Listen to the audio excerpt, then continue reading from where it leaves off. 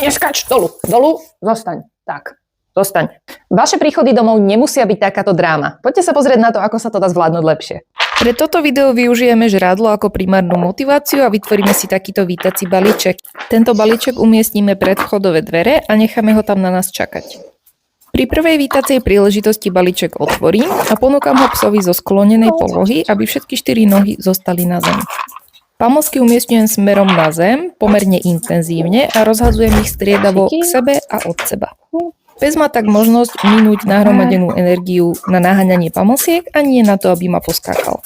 Postupne odmeňujem menej intenzívnejšie a snažím sa vystihnúť moment, že už budem môcť zostať pekne vyrovnane stáť a pes zostane všetkými 4 nohami stále na zemi čakať na ďalšiu pamlsku. V tomto bode už je veľmi pravdepodobné, že psová myšlienka poskakať ma už nie je aktívna.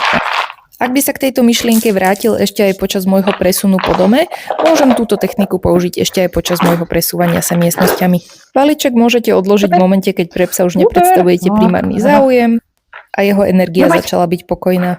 Pre ďalšie tipy, ako zvládnuť toto vítanie, ma sleduj a už na budúce si možno ukážeme ďalšie systémy, ktoré vieme využiť.